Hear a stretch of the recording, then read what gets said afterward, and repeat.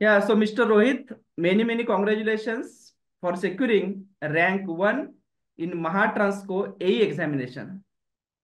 Rank thank you one sir. म्हणजे खूप proud movement असते.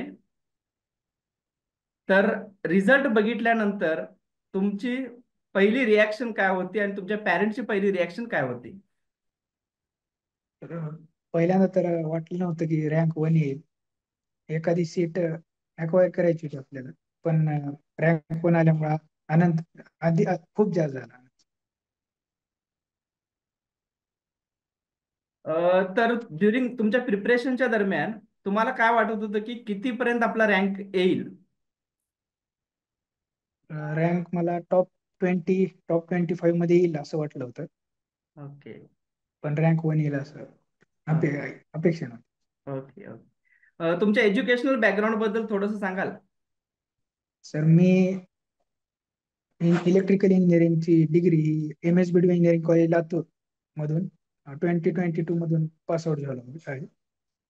व त्यावेळेस 2022 पासूनच मी तयारी चालू केली होती महाट्रान्सफरची साठी, एक्झाम साठी. ओके. महाट्रान्सको मध्ये आउट ऑफ 150 तुम्हाला किती मार्क्स मिळाले? सर, मला 133.32 मार्क्स मिळाले आहेत 150. Okay okay. आणि त्याच्यामध्ये टेक्निकल साठी किती मिळाले? त्याच्यानंतर ऍप्टिट्यूड मराठीमध्ये किती? तर मला टेक्निकल साठी 100.55 पडले आणि नॉन टेक्निकल साठी 33.33 पडले. ओके.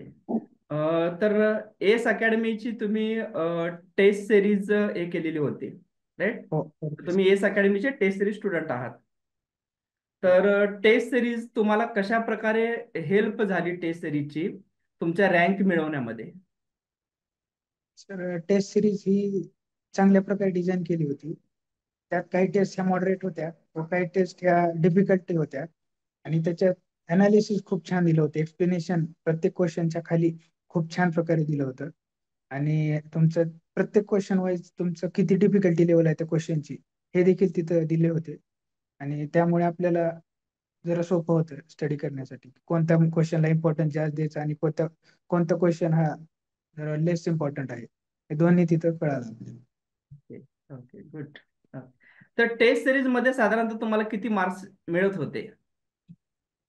टेस्ट सिरीज मध्ये, डिफिकल्ट टेस्ट सिरीज मध्ये 80-90च्या आसपास पडत होते आणि मॉडरेट मध्ये 90 to 100 मध्ये येत होतं.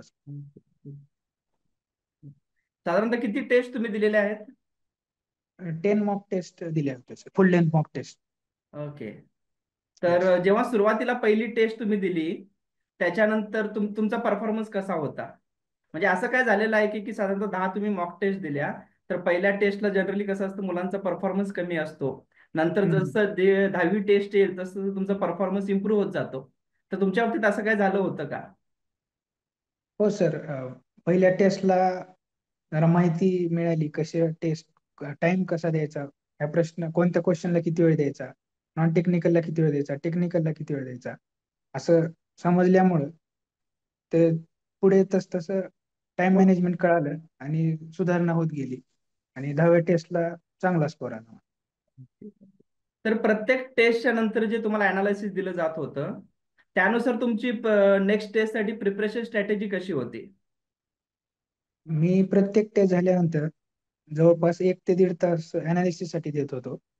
प्रत्येक क्वेश्चन म्हणजे चुकलेले क्वेश्चन्स हे कशामुळे चुकले, ते टॉपिक मध्ये माझा कोणता पार्ट करायचा आहे, अजून मला कमी पडलाय, कोणत्या टॉपिक कमी आहे अजून, आणि न सोडवलेले प्रश्न देखील मी डबल एकदा टेक्स्ट बुक मध्ये वाचून तो टॉपिक नीट समजून घेऊन ती टेस्ट अनालिसिस करून मग पुढच्या टेस्ट साठी तयार करत. तर महाट्रांसको के लिए कौन से सब्जेक्ट ज्यादा इम्पोर्टेंट है आपके हिसाब से? तर महाट्रांसफर के लिए मेन ट्रांसमिशन कंपनी, इसलिए पावर सिस्टम इसका बेस है। Power system, network analysis, machine और थोड़ा बहुत पावर इलेक्ट्रॉनिक्स, एक दो क्वेश्चंस, और कंट्रोल सिस्टम्स एक दो क्वेश्चंस है। बेस पावर सिस्टम ज्यादा ओके क्वेश्चंस है। ओके और पावर सिस्टम में भी कैसे कि पार्ट्स है, जैसा हाँ कि सर। पहला अपना जनरेशन वाला हो गया, उसके बाद में आपका ट्रांसमिशन रहता है, बाद में फॉल्ट एनालिसिस है। तो अगर उसमें हाँ मैं डिवाइड करूंगा पावर सिस्टम को, तो उसमें से कौन सा पार्ट पे ज्यादा क्वेश्चंस पूछे जाते हैं?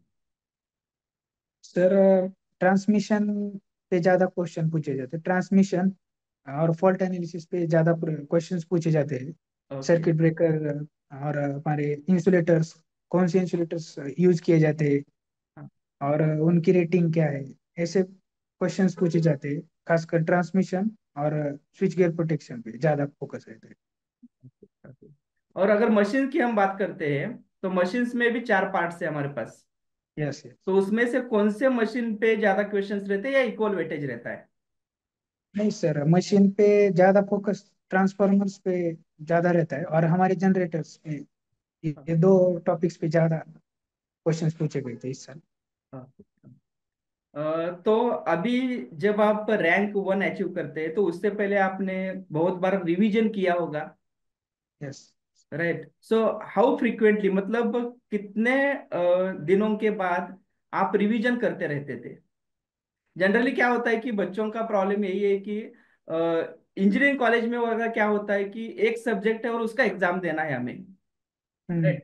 बट ये जो ऐसे एग्जाम्स रहते हैं स्टेट लेवल के या नेशनल लेवल के भी, अगर हम कौन सा भी एग्जाम लेते हैं, तो उसमें क्या होता है कि 10-12 सब्जेक्ट एक साथ रहते हैं, हाँ यस। राइट? और जब मैं कोई भी सब्जेक्ट पहले प्रिपेयर करता हूँ, फिर जब मैं 10th सब्जेक्ट अगर कंप्लीट करता हूँ, तब तक मेरा फर्स्ट सब्जेक्ट में इट इट इज लाइक 50% से ज्यादा मैं भूल चुका होता हूँ।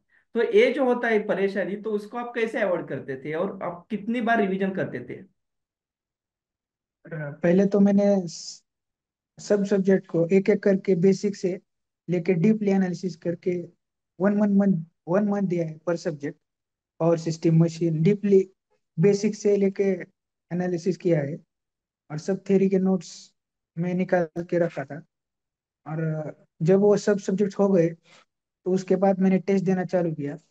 और प्रीवियस ईयर स्टेट के और पीएसयू के, महाट्रांस को प्रीवियस ईयर, इस सबका एग्जाम मैं देने चालू किया मैंने।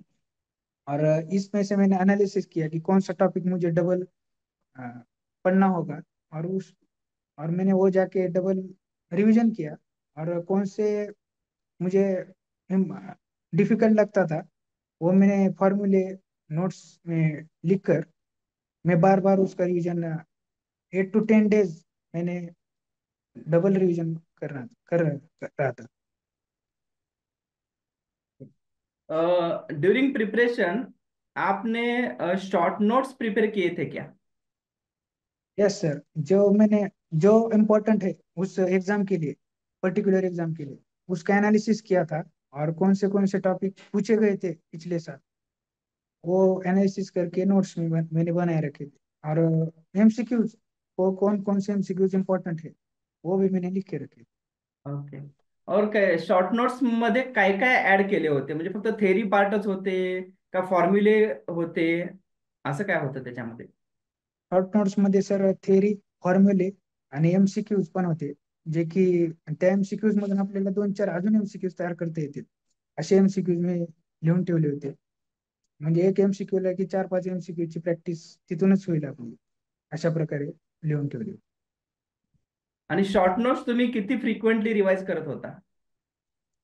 तर मी प्रत्येक रविवारी एकदा रिवाइज करत होतो.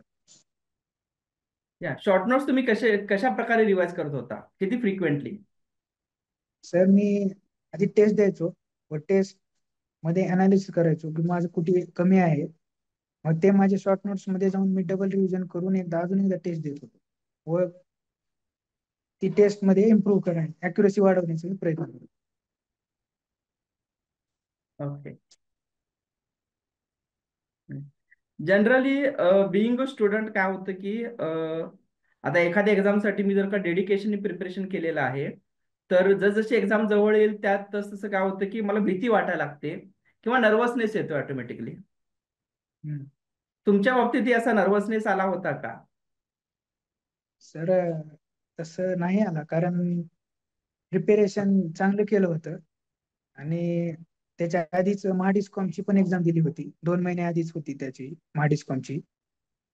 त्यामुळे तेवढं तोही पेपर इझीच गेला होता आणि त्यामुळे नर्वसनेस.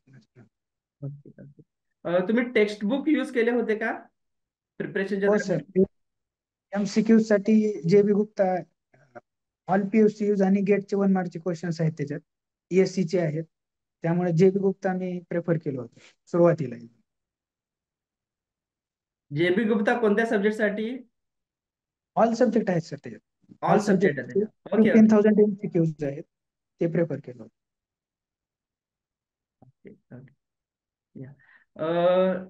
जनरली AIR-1 म्हणजे खूप प्राऊड मुवमेंट असते. तर हो सर. तुमच्याकडून आता असे जे ऍस्पायरंट आहेत, जे ट्रान्सकोसाठी डिस्कॉमसाठी प्रिपेअर करत असतील, तर त्यांच्यासाठी काय मेसेज तुम्ही देऊ इच्छिता? त्यांनी एकच करावं की कन्सिस्टंटली अभ्यास आपला चालू ठेवावा आणि फेल्युअर जरी आलं तरी आपली मेहनत ही कायम चालू ठेवणं गरजेचं आहे. 1 to 2 years तरी कमीत कमी मेहनत चालू ठेवणं गरजेचं आहे. आणि कन्सिस्टंटली आपलं आपलं टाइम टेबल चालू ठेवा बनवून, त्या टाइम टेबल प्रमाणे आपण मेहनत केली पाहिजे. रोजचा रोज आपण टॉपिक्स कव्हर केले पाहिजे आणि टेस्ट सिरीज देऊन आपले अनालिसिस करणं गरजेचं आहे. आपण किती अॅक्युरेट आहात, टाइम मॅनेजमेंट आपला होत आहे का नाही, या सर्व गोष्टी आपण पाहणं गरजेचं आहे.